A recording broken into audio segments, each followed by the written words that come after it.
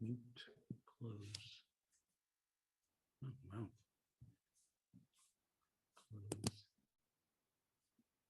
Close.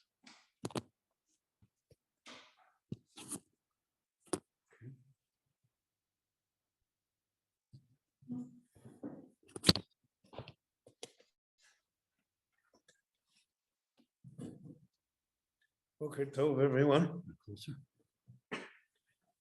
I hope that you all had a wonderful Chag.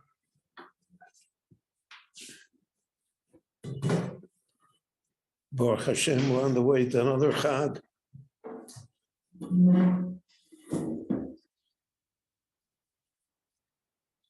Parsha of Kedoshim, which has so many mitzvot associated with it, has a fundamental idea that addresses maybe the main vital question that besets human beings. That is, what are we doing here? What is our purpose here? What are we?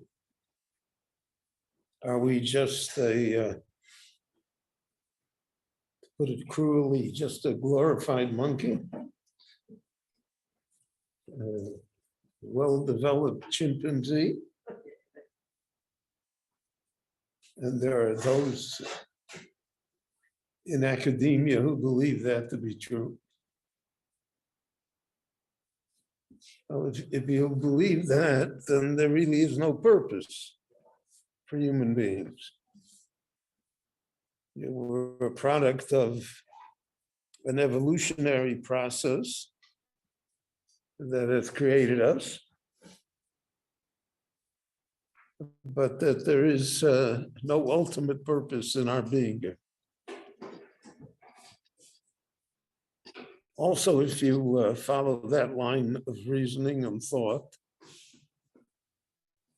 so then any restrictions that are placed upon us, whether they are placed by religious belief or by social compact, really are meaningless. It's the law of nature that governs. And that to try and make sense, so to speak, out of the world and out of events is futile.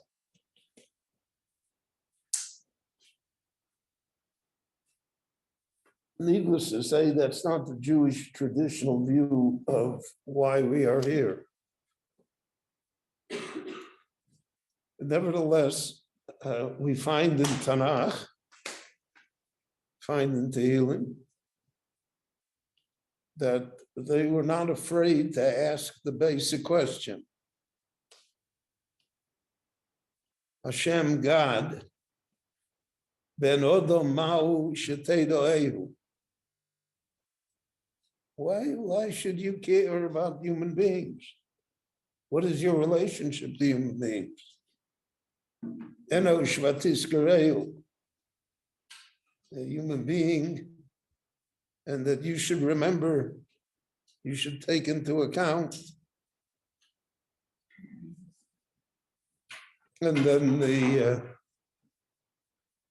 psalmist records for us that we are fragile, we are mortal, we're imperfect. So then what's the deal here? Why should the Lord care about us? Now, it's interesting that the Tanakh asks the question. One of the great points in true study of Jewish thought and in the study of the Talmud and in the study of the great commentators throughout the ages is that they were not afraid to ask the questions. And that simply because some of the questions did not have easy answers, and there were some that had no answers at all, did not deter them from asking the question.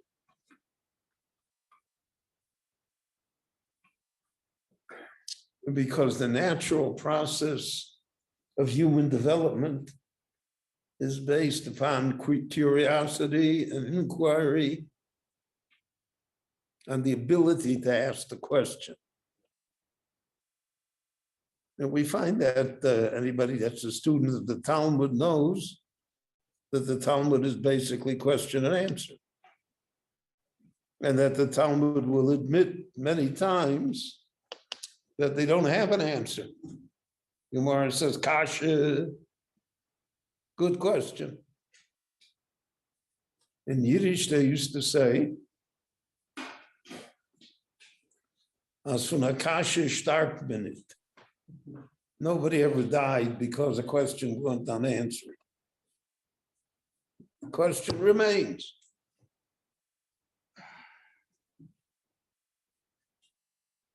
But to a certain extent, there are events that almost belie the question.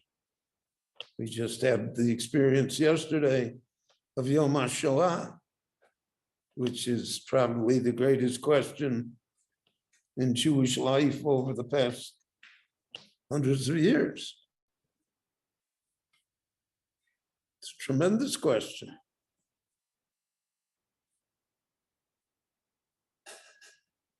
And that question, certainly no one has come up with, in my opinion, an adequate answer. But the troubling thing is that the question is not asked. And if it's not asked, then it festers. And it becomes a deeper crisis than one that is expressed and attempted to be dealt with.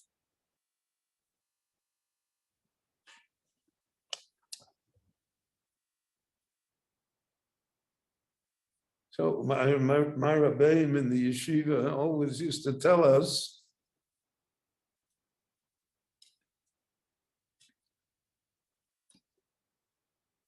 that there are many more good questions than there are good answers.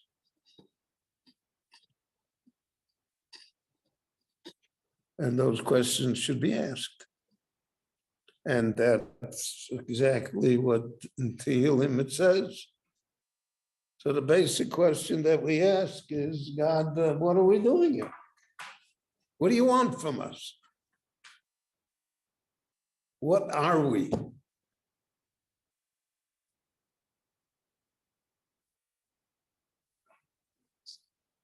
I would hazard to say that this question is rarely, if ever, addressed in Jewish religious educational circles today. It's the impression that I have.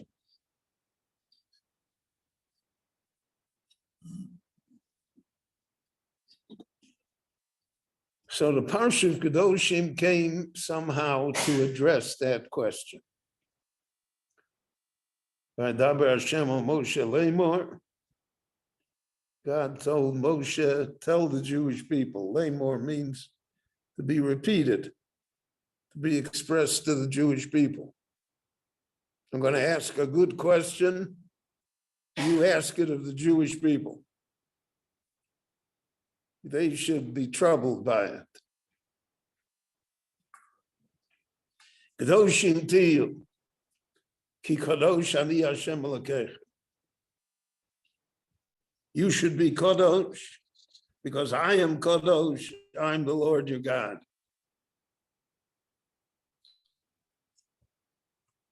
That sentence, so to speak, doesn't follow. You should be kadosh, because I am kadosh. And then I'm the Lord your God. It's disparate phrases. It's a run-on sentence that combines different ideas. So one idea is Kedoshim Tiyu, right? You should be a holy people. So we had that before. Ratem Tiyu li mamleches kohanim v'goy kadosh. By Mamad Har Sinai, God told us you're supposed to be a holy people. So now he repeats it, Kedoshim Tiyu. By Har Sinai, he didn't say why you should be a special people. He only said that I chose you.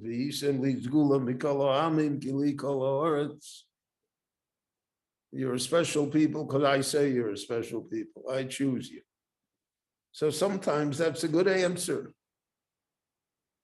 When we're children, when we ask the question why, too many times the answer is because. That's just the way it is. But here, the Torah advances and answers all of a sudden. Kedoshim Tiyu, you should be holy, you should be sanctified, you should be special. Ki kadosh ani Hashem Elokecha, because I am kadosh. That implies something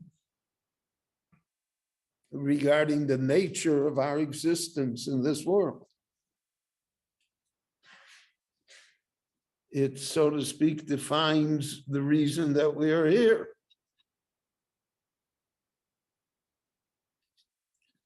In theological terms, there is a phrase in Latin called imitatio Dei, meaning imitation of the divine.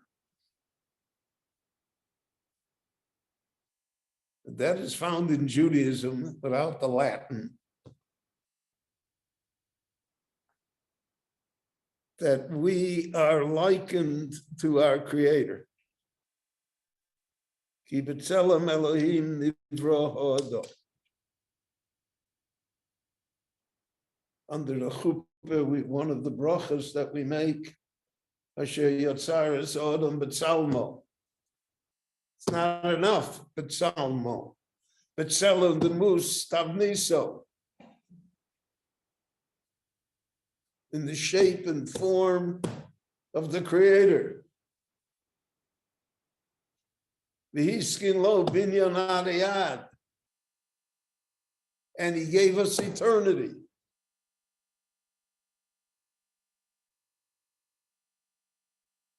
How do we understand that? We are not in the form of the Creator. The Creator has no form. One of the cardinal principles of Judaism is Ein lo dmus, ein lo dmus aguf, lo naroch elav kedushoso. We cannot estimate who God is and what it means is holiness. So what is the Torah telling us here? You should be kadosh because I am kadosh and I'm the Lord your God. So the Torah comes to give us a definition here of our purpose in life.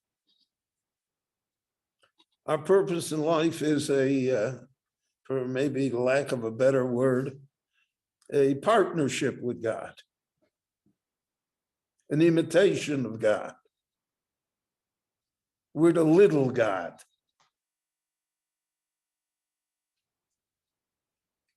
You know, so I was in the hotel for Pesach, and Baruch Hashem, there were a lot of families there, and there were a lot of little children, and there was like families that they have 3, 4, children.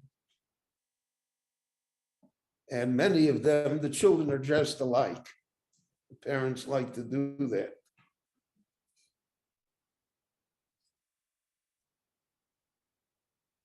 So the 10-year-old boy is dressed,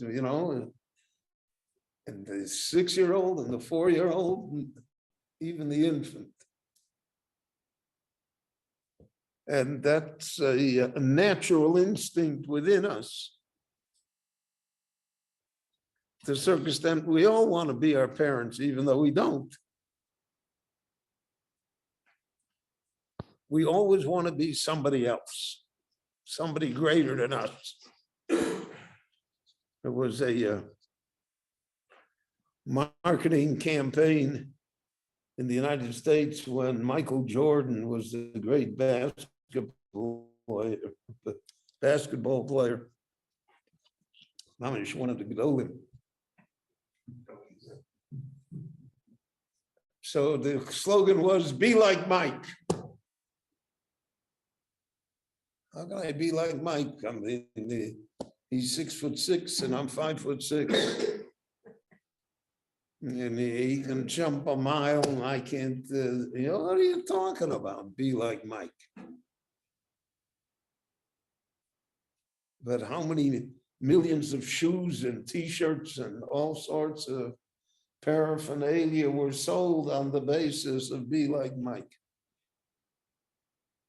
Because we would all like to be like Mike. We'd all like to be more than what we are physically.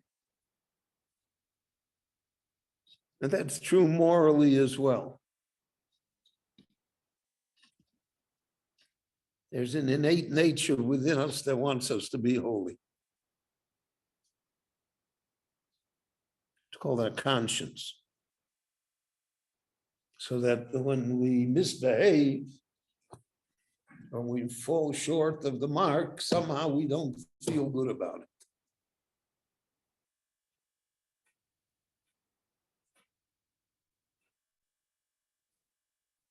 That peace within us is the piece of us that wants to be like our Creator. What we call in Hebrew, chelek elokam emau, a piece of godliness from heaven that's invested in each and every human being. It's what allows us to dream. It's what allows us to see things that are not here. It's what fuels our imagination, what drives civilization.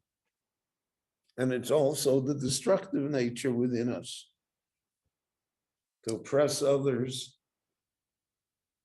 to take advantage of others, to be basically a selfish wild animal. And this drive within us to be what we aren't yet has to be channeled. So the Torah came and said, Kadoshim Tiyu. I want you to be holy. Why are you holy? Because you're my partner. Kikodosh Ani. We're wearing the same t-shirt. The same company. We have an identical purpose to advance life, to advance civilization. And the way to do it is to imitate me.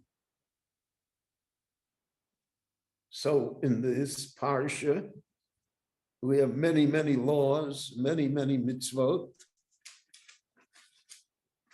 But the rabbis put it very simply. Mahu rachu mafato rachu, mahu chanu nafato chanu. The Lord is gracious, we should be gracious. The Lord is tolerant, we should be tolerant. The Lord created such a magnificent world with all sorts of different people in it. So we should be able to bear also a world that has all sorts of different people in it, which is the basis for the halachas of Ben Olam Lachaver. In Pirkei Avos it says, "Ne'emanu ba'al malachtecho she'yishalem lecho schar pulasech." you can rely on the owner of the company that he will meet the payroll, that he will pay you for your work. Because of that, we have a mitzvah in the Torah of lo solin pulav schar sochir itcha. You're not allowed to withhold wages. You're not allowed not to pay your worker on time. Because we're imitating the Creator. The Creator pays on time. He's nemon, he's trustworthy. So you have to be as well. The Gemara quotes many times. I mentioned it this week. There are no obscenities in the Hebrew language. The Torah goes out of its way not to say negative things. So it says, Sabahema HaTorah, the animal that's Tahor, Tahora, and which is not Tahor. Now, the Torah doesn't waste words. So it should have said it's a Behema HaTameya. But the Torah doesn't speak that way. The Torah doesn't speak negatively. It doesn't speak unnecessarily. So that's an imitation of God. And Chazal always said that doing an Aveira, God forbid, sinning is a desecration of the relationship between God and the human being. Because we're supposed to imitate him. The more says we have Achnosas Horchim, Bikur Cholim, all of that is we learned from the Avram Avinu learned that from the Ribono Shel Olam. Nichum Avelim. What we consider to be societal norms, that the Torah has placed them as commandments so that they become an imitation of the Creator. And that is the bond that is between the people of Israel and the God of Israel, is that the people of Israel, for all of their failings and for all of their weaknesses, and for all of the fact that they are mere mortals, are partners.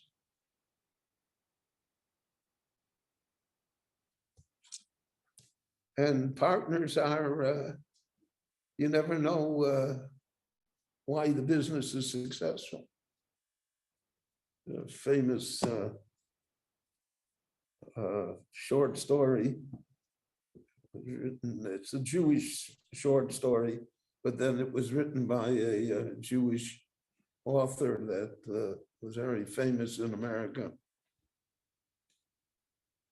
I read the short story in the New Yorker magazine, when the New Yorker magazine could be read. And later on, I found it in a collection of Hasidic stories. The story goes as follows. It outlines partnership. That two brothers came from Europe to the United States, penniless. But like many, if not most Jewish immigrants, they went to work, and eventually they bought a little grocery store. One of the brothers was a very good businessman. He managed the grocery store. The other brother was what we call a lo yutzlach. He's a nevish. Whatever he touches turns to ashes. But he's his brother.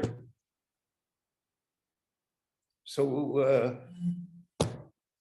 the brother, who is successful and is building up the grocery business, gives a job to the other brother to keep him busy and to justify the fact that he's paying him a salary.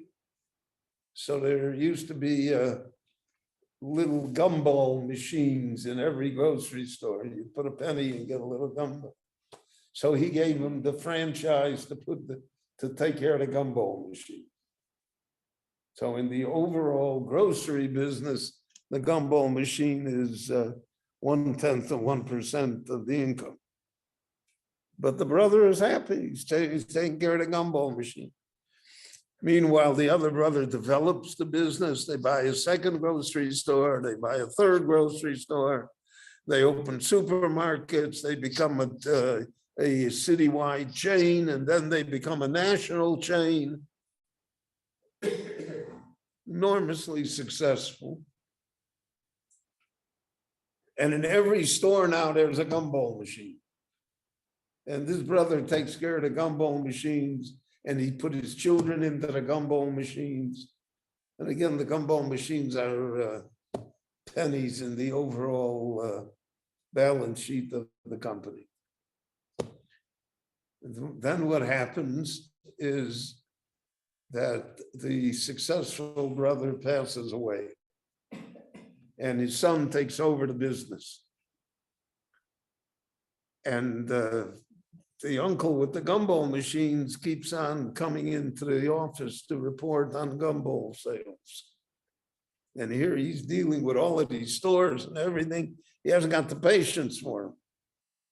So what happens is he retires him. He buys him a condo in Florida, and he sends the uncle away. And he takes all the gumball machines out. And it's a year or two later, it became obvious that the son had overextended the business. And that he didn't really have the cash flow to maintain all those stores. And he was in a very difficult situation. And as you can imagine, he was very tense, nervous. And he's sitting in his office trying to save the corporation.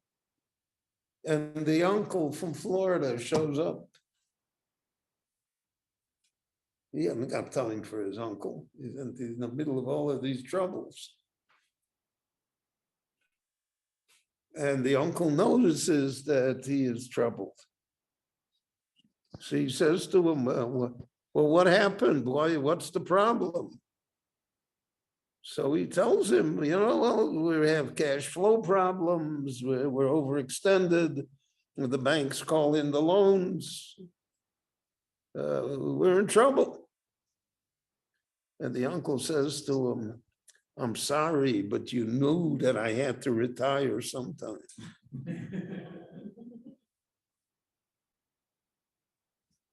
So there's a moral lesson to that. It's the gumball machines that kept it going. Because he's supporting a Nebuchadnezzar brother. You want to do it on your own? Okay, God says, let you do it. Partnership's a partnership. So the Torah tells us all of this, right? Let's imitate God. God would want you to have a gumball machine in your supermarket. Why not? He wouldn't begrudge it to you. So that's the idea of Kedoshim Tiyu Ki Kodosh Ani Hashem Elokeich. You're my partner. You're Kodosh because I'm Kodosh. That's our family business, is to be Kedosh. To be what's involved. And my mother, blessed memory, it was just her yard site 50 years.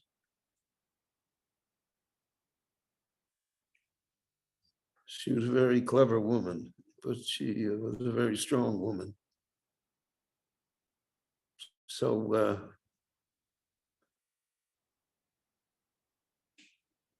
my parents took me out of public school in seventh grade and put me into the Jewish school that then was just starting in Chicago. So a lot of nice people in Chicago came to visit. And they said to my mother, you're making him a cripple because the education won't be as good and he won't be able to go to college. And he could be a doctor, and now you're ruining his chances. So my mother said to them, I don't think so. She said, I'm putting him into the family business. So they said, what family, what's the family? She said, we're in the family business. Our family business is Torah. We're generations Rabbonim, we're generations teachers, we study Torah. That's our family business. I don't have to worry about it. He'll be in the family business. So the Rebbeinu Shalom gave us a big family business. It's called Kedoshim Tiyu. That's our family business. And Ki Kadosh Ani Hashem Elokeichem, because we're doing it like the founder. Sometimes I remember when I went, I was with the OU. So when Hershey chocolate came under the OUs, I went to visit the CEO to draw up the contract with him, etc. Magnificent office. And he had a full wall portrait of old man Hershey. And he said, we have to live up to that portrait.